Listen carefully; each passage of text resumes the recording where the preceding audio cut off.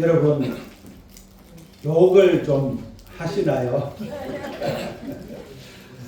제가 알기로 우리 교회 성도님들은 모두가 거룩하셔서 욕을 전혀 안 하시죠. 몇 년 전에 실시된 한 설문조사가 있었는데요. 거기에 보면 만 20세부터 69세 이 성인 남녀를 대상으로 해서 이 국민의 의식조사 이것을 했습니다. 그런데 이 응답한 사람들 중에 47%가 욕설을 자주 또는 가끔 한다 이렇게 대답을 했다고 합니다. 그래서 이것을 좀 일반화시키면 우리 사람들의 약 절반 정도가 자주 또는 가끔씩 욕을 한다는 것이거든요. 이상하신가요? 우리 교회 성도님들은 참 욕을 안 하니까 이게 좀 아마 이상하게 여겨지실 겁니다. 그리고 이 욕을 하는 이유로 약 33%가 기분이 나쁜 것을 표현하기 위해서 욕을 한다 이렇게 답을 했고요. 그 다음에는 이제 습관적으로 욕을 해. 그리고 또 그런데 22%를 보면 이 욕이 오히려 친근감의 표현이라고 생각을 하고 욕을 한다는 겁니다. 여러분 욕이 친근감의 표현 맞나요? 예. 그런데 어쨌든 이 욕을 하는 가장 큰 이유는 뭐니 해도 이 기분이 나쁘고 화가 막 나기 때문에 그래서 욕을 한다는 겁니다. 그런데 과학적으로 이 상대방에게 모욕감을 주는 그 욕설과는 달리 그냥 이 스트레스를 받는 상황이나 또는 예기치 못한 상황에서 반사적으로 튀어나오는 욕이 있지 않습니까? 예를 들면 이 발가락을 어디엔가 심하게 찧어본 경험 여러분 있으시죠? 그럴 때 아주 극심한 고통을 느끼면서 입에서 저절로 뭐가 튀어나오나요? 에이 이런 소리가 나지 않나요? 그런데 이런 예기치 않은 상황에서 튀어나오는 욕은 이 순간적으로 이 감정의 해소를 가져다 준다는 겁니다. 그러면서 시원한 느낌이 들게 하고 또 그래서 긴장감으로 인한 스트레스를 풀어주는 그런 효과가 있기도 하다. 그렇게 말합니다. 자, 그런데요. 오늘 말씀에 보면 이 너무나 화가 나서 마치 이 욕을 하는 것과 같은 그런 장면이 나오고 있습니다. 조금 과장해서 말한다면 육두문자, 그러니까 머리 이 이성을 거치지 않고 그냥 나오는 문자를 쓰기까지 하면서 곱지 않은 말을 하는 것 같은데요.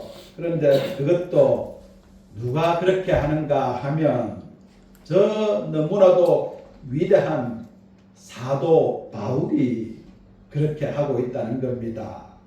뭐라고 하는가 하면 2절에 보면 개들을 삼가고, 여러분 제가 이 빌립보서 3장 말씀을 묵상하면서 이 바울이 말하는 개들을 삼가고 이 욕에 가까운 말씀에 그냥 휠이 팍 꽂혔습니다. 그래서 이것을 묵상을 깊이 좀 하게 되었는데요.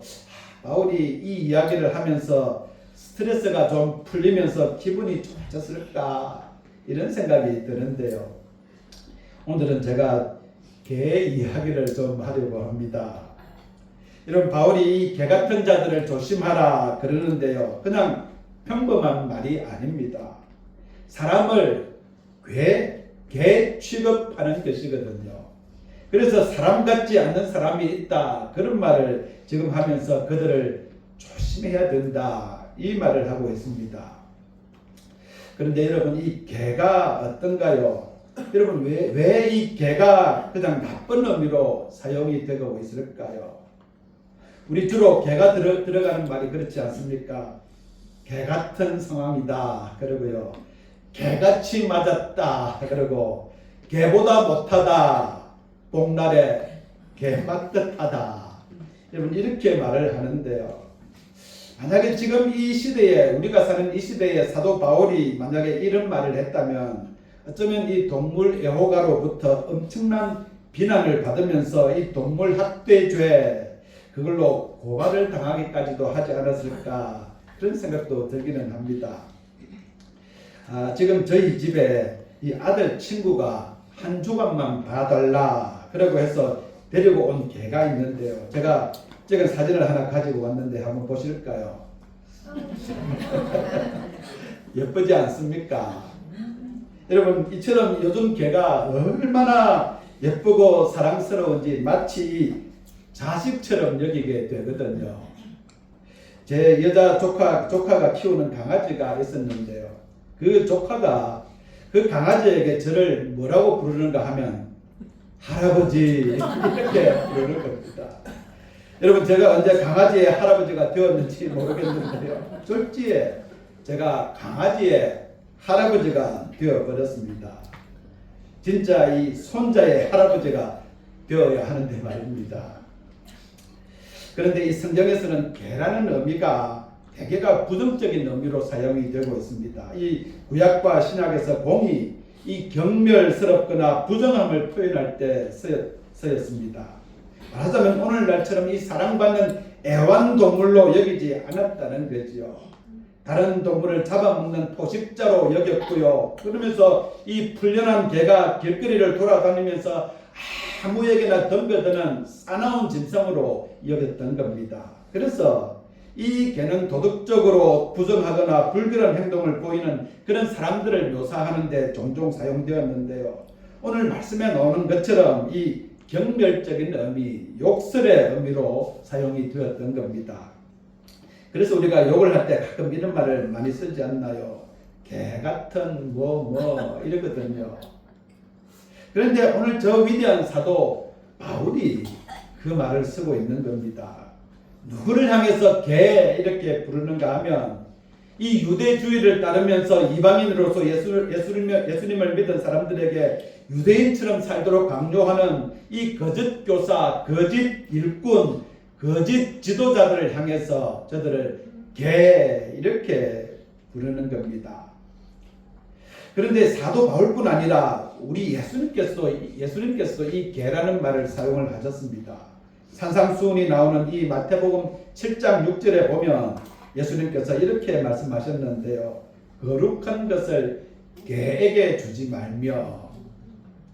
역시 예수님께서도 이 바울처럼 거짓 일꾼들에 대해서 하신 말씀인데요. 겉으로는 그냥 거룩한 척 하면서도 또 그리고 하나님을 위하는 것 같지만 그럼에도 실제로는 자신의 배를 위하고 자신을 높이는 데 혈안이 된 거짓 위선자들을 두고 예수님께서 하시는 말씀입니다.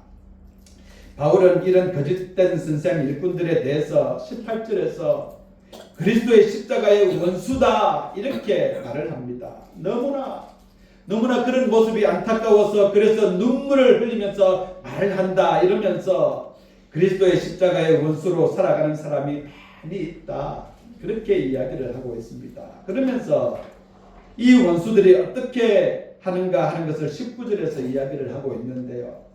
그들의 신은 배요, 영광은 그들의 부끄러움에 있고 땅의 일을 생각하는 자라. 자신들의 배가 곧 하나님이다라는 겁니다. 그러면서 자신들의 뱃속을 채우면서 쾌락을 즐기는 것을 하나님처럼 여기고요. 그러면서 벌거벗어서 마땅히 부끄러워해야 함에도 불구하고 그것을 도리어 자랑스럽게 여기면서 즐거워한다는 겁니다. 그러면서 이 마음속에 생각하는 것이라고는 오로지 땅의 일, 세상적인 일뿐이어서 그래서 이 본능적이고 물질적인 것, 눈에 보이는 것에만 관심을 두면서 세상적 가치 기준에 따라서 그렇게 행동을 하는데요. 그래서 사도 바울이 이런 사람을 향해서 뭐라고 부르는가요? 그렇게 부르고 있는 겁니다. 개들을 삼가고 이런 개 같은 사람들을 조심해야 돼 이렇게 말을 하고 있다는 겁니다. 그런데 여러분 이 개 입장에서는 이 부분이 좀 억울한 것 같습니다. 그렇지 않나요? 이 개를 끔찍이도 사랑하는 분은 개가 좀 억울하다라는 생각들을 하게 될 텐데요. 왜냐하면 개는 개이기 때문에 자신의 본능에 충실한 것이거든요. 그런데 개가 아닌 사람이 이 개 같은 행동을 하는 것이지 않습니까? 그래서 개 입장에서는 이것이 좀 억울한 것 아니겠습니까? 그래서 제가 이러지 않을까요? 왜 나만 갖고 그래? 왜 애꿎은 우리를 자꾸 들먹이면서 그래? 아마 그렇게 말하지 않을까 싶습니다. 하기야 요즘 사람들이 하도 개를 사람처럼 대하니까 개가 정말로 자신이 사람인 줄 착각하고 있지 않나 싶은데요. 그래서 덩달아서 이 사람들이 개를 대하는 기대 수준도 높아져서 그래서 그런 것 아닐까 싶기는 합니다. 제가 글을 하나 읽었는데요. 이 동물 애호가가 쓴 글입니다. 그런데 상당히 공감이 갔습니다. 이런 내용이 있었는데요. 개 같은 것이 욕인가? 모든 폭력과 살상은 인간이 다 저질러 놓고 돌아볼 것은 우리 자신이다. 인간다움이 정말이지 이 긍정적인 의미를 담고 있기나 할까? 이런 내용이 있습니다. 인간다움이 정말이지 긍정적인 의미를 담고 있기나 할까? 이 말을 제가 생각하면서 마음이 좀 저려오는데요. 여러분, 인간다움이 무엇인가요? 인간다움이라는 것은 원래 하나님께서 태초에 천지를 창조하시면서 하나님의 형상과 모양대로 인간을 만드시고 하신 말씀이 바로 인간다움이었습니다.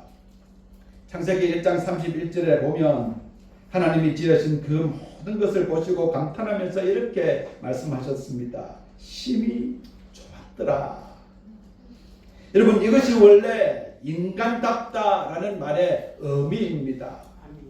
그런데 오늘날에는 이 인간답다라는 말의 의미가 변화되고요. 여러분, 퇴색되어 버린 것 같습니다.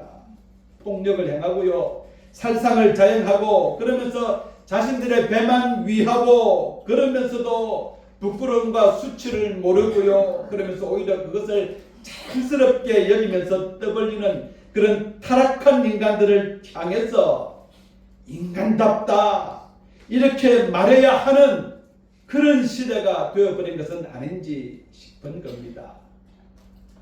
이 동물 애호가의 말을 빌리면 펫샵에서 가벼운 마음으로 동물을 샀다가는 금세 질려버렸다 그러면서 생명을 유기해버리는 그런 인간들을 향해서 인간다움 이렇게 말하는 것 같은 겁니다. 그러면서 이 동물 애호가가 이렇게 결론을 짓는데요. 이제 동물화의 폭력을 끝내자. 동물은 그 존재대로 동물일 뿐이다.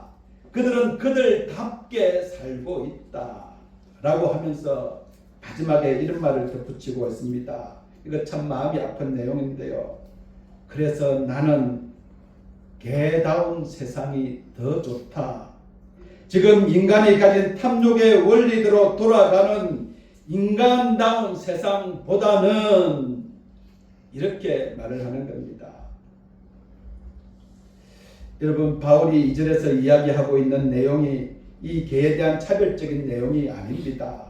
개를 삼가고라는 말이 개를 혐오하거나 개를 비하하는 이야기가 아닌 겁니다. 오히려 존재 가치에 맞게 살아가는 그 개만큼도 살아가지 못하는 그 사람들을 향해서 안타까워하면서 이 말을 눈물을 흘리면서 하고 있는 겁니다. 그런데 여러분, 정말로 고민스러운 것이 하나 더 있는데요. 이 개와 같이 살아가는 사람들이 누구인가 하면 저들이 바로 하나님의 이름을 부르는 자들이라는 겁니다. 말하자면 세상 사람이 아닌 겁니다. 교회 안에 그냥 가만히 조용히 들어온 거짓 교사들인데요. 저들이 교회에 들어와서는 유대인들이 행했던 그 할례를 받아야 된다 그렇게 말하고요. 또 율법을 지켜야 된다 그러면서 교인들을 혼란스럽게 했던 겁니다. 할례를 받고 율법을 지켜야 한다는 것이 여러분 지금 무슨 의미일까요? 눈에 보이는 것, 드러난 것을 말합니다. 세속적인 것을 자랑하는 것을 말합니다. 내가 믿음의 가문인 아브라함의 자손이야 이렇게 말하고요. 그러면서 자신의 출신 성분을 자랑하고 가문을 자랑하고요. 그러니 너도 나처럼 되려면 이 한려와 같은 눈에 보이는 표시가 있어야 돼. 이렇게 말하는 겁니다. 사람들이 눈에 잘 보이게 살아야 돼. 그래야 사람들에게 대접을 받을 수 있어. 이러면서 말입니다.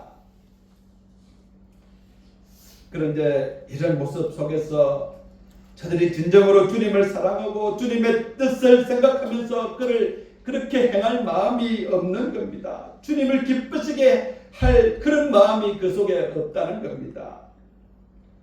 그래서 이런 사람을 뭐라고 한다고요? 개들, 개 같은 사람, 이렇게 바울이 이야기를 하고 있습니다. 우리가 이 말씀을 좀 깊이 묵상하고요, 생각하고 반성하고 적응해야 하는데요. 그냥 단순히 초대교회의 거짓 교사, 거짓 일꾼에 대한 내용이야 그러면서 결론을 짓고 끝내서는 안 되는 상황입니다. 지금 믿음의 삶을 살고 있는 우리가, 그리고 내가 이런 사람인 것은 아닌가, 그것을 지금 묵상해야 하는 겁니다. 지난 수요 예배 때에 우리 고 목사님이 이런 이야기를 했는데요. 교회에는 상처받은 사람만 있고 정작 상처 준 사람은 아무도 없다, 이 말을 했는데요. 여러분, 이 말처럼 우리 교회에는 이런 개 같은 사람, 거짓 교사, 거짓 일꾼은 전혀 없고, 그리고 나는 전혀 그런 사람과 아무런 관계가 없다, 여러분 이렇게 다들 생각하시나요? 만약에 그렇다면 우리 교회는 아무런 문제가 없는 그런 교회일 텐데요. 그런데 실상은 그렇지 않은 겁니다. 가슴 아프고요, 생각조차 하기 힘들지라도 행여 내가 그런 사람일 수 있고요, 그래서 내가 그런 사람인 것은 아닌지를 여러분 우리가 깊이 고민을 자꾸 해야 하는 겁니다. 내가 지금 바뀌고 내가 지금 변화되어야 하는 상황은 아닌지 말입니다. 나만 예외이고 나만 여기에 해당되지 않는다, 그 생각을 버려야 할 필요가 있는 겁니다. 이것이 그냥 단순히 부정적인 이야기로 치부하고 넘어가도 되는 것이 아닙니다. 여러분, 우리의 믿음의 삶이 변화되고 성숙되어가는 과정에서 꼭 필요한 것인데요. 우리가 이런 묵상을 하는 것과 하지 않는 것의 차이가 무엇인가 하면요, 이 사울 왕과 다윗 왕의 차이를 만들어내는 것이고요, 또 가룟 유다와 베드로의 차이를 만들어내는 그런 사실이라는 겁니다. 우리가 날마다 순간마다 내 스스로를 돌아보고요, 조심하지 않으면, 그러면 언제든지 내가 이런 개와 같은 사람일 수 있고요, 개와 같은 사람이 될 수가 있는 겁니다. 그래서 바울이 말하고 있는 것이 이 3절 말씀인데요. 우리가 3절 말씀 한번 같이 읽어보겠습니다. 하나님의 성령으로 봉사하며 그리스도 예수로 자랑하고 육체를 신뢰하지 아니하는 우리가 곧 할례하라. 여러분, 눈에 보이는 표시를 했다고 해서 다 하나님의 자녀가 아니라는 겁니다.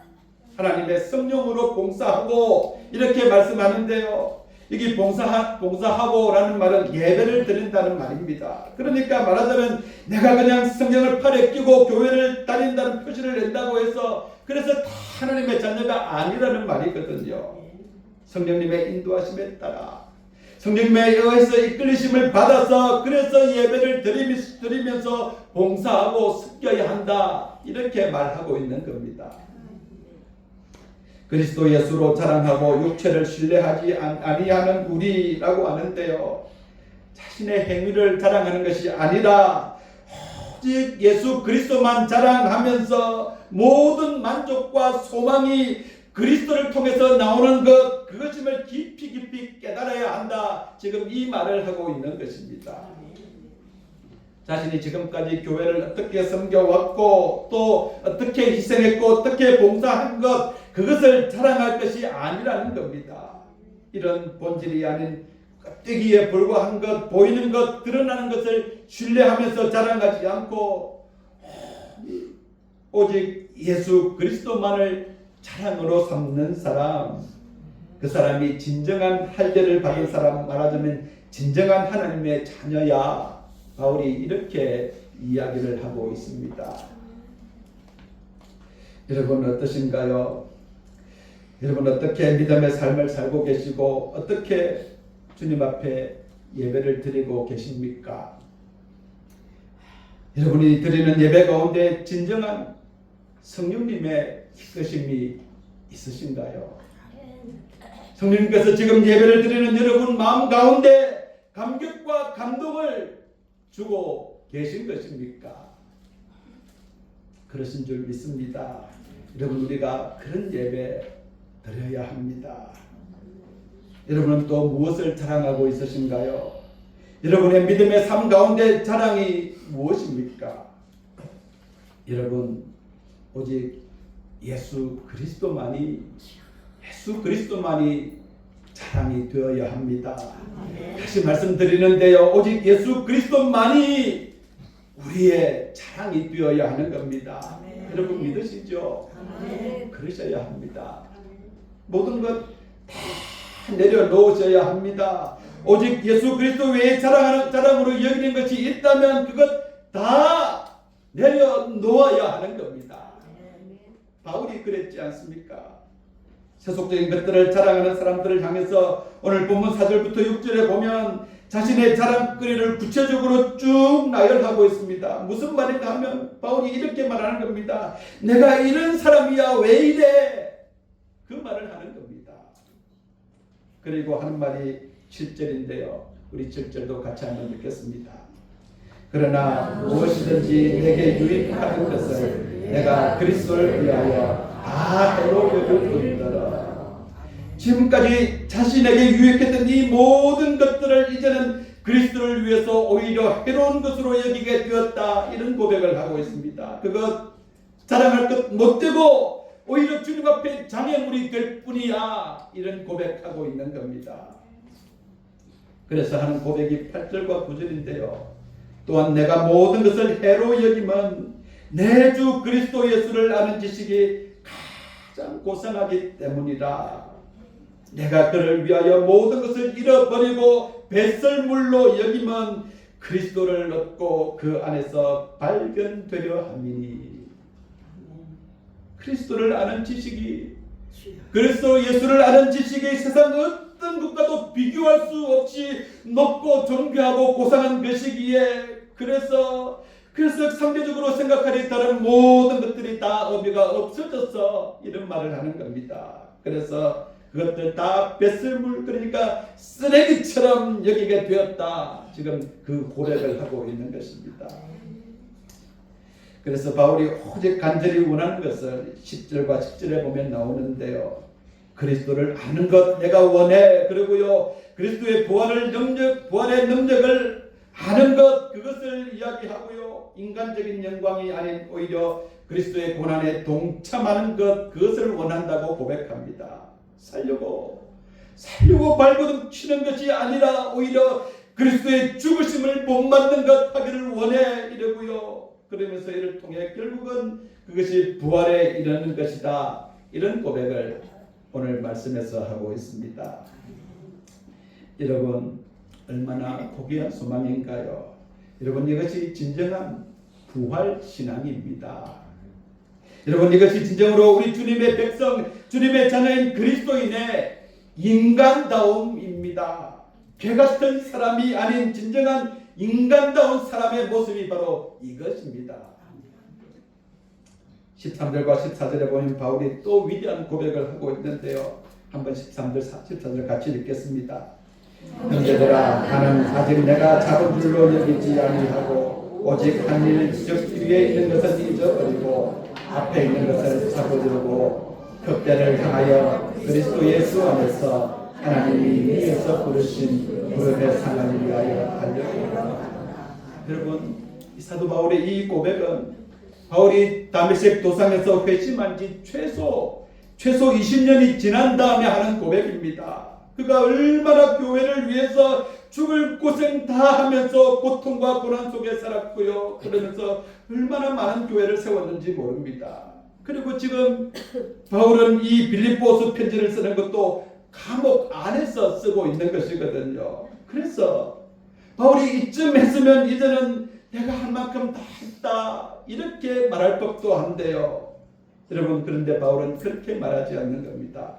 뭐라고 하는가 하면 뒤에 있는 것은 다 잊어버리고 자신이 이루었다고 생각되는 것 그것 다 잊어버린다는 겁니다. 교회를 세웠고 교회를 위해서 내가 헌신했고 교회를 위해서 고난과 고통을 당했고 교회를 위해서 했던 모든 것 세상 속에서 지워버린다, 생각 속에서 지워버릴 거야 이런 고백하고 있음입니다.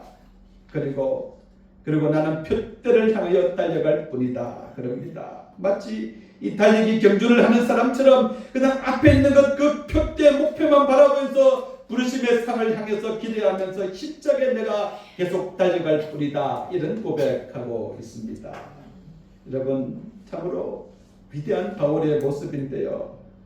우리 모두가 이런 바울의 모습 본받아야 하지 않을까요? 여러분, 우리도 나도 바울처럼 이런 고백하면서 살아가야 할 것입니다. 뒤에 있는 것 다 여러분 잊어버리시고요. 오직 앞에 있는 것을 향해서 몸을 내밀고 그러면서 달려가는 것, 여러분 그것 멈추지 말아야 할 것입니다. 그렇습니다. 말씀을 마무리하는데요. 마태복음 3장 9절에 세례 요한이 이렇게 말하는 장면이 나옵니다. 한번 같이 읽겠습니다. 속으로 아브라함이 우리의 조상이라고 생각하지 말라. 내가 너희에게 이르노니 하나님이 능히 이 돌들로도 아브라함의 자손이 되게 하시리라. 이런 사람이야. 내가 이렇게 오래 신앙생활을 해왔어. 내가 이렇게 교회에 열심히 봉사하고 지내서 이렇게 자랑하면서 말하지 말라는 겁니다. 이런 모습이 자칫하면 개같은 모습이 될 수 있기 때문에 말입니다. 악한 일꾼, 거짓 교사의 모습이 될 수 있는 겁니다. 여러분, 주님 가신 길 십자가의 길이라는 찬양의 4절 가사가 보면 이런데요. 우리의 생명 죽게 드리네 나의 자랑 뭐라고요? 십자가일세 나의 생에 주님 가지사 주님 영광 나타내소서. 여러분, 이 가사처럼 우리의 자랑, 나의 자랑은 오직 예수 그리스도의 십자가입니다. 여러분, 오직 예수 그리스도만이 나의 자랑인 줄 믿습니다. 그렇죠? 여러분의 고백이신 줄 믿습니다. 우리 그런 고백으로 다 같이 한번 이 찬양 같이 하겠습니다.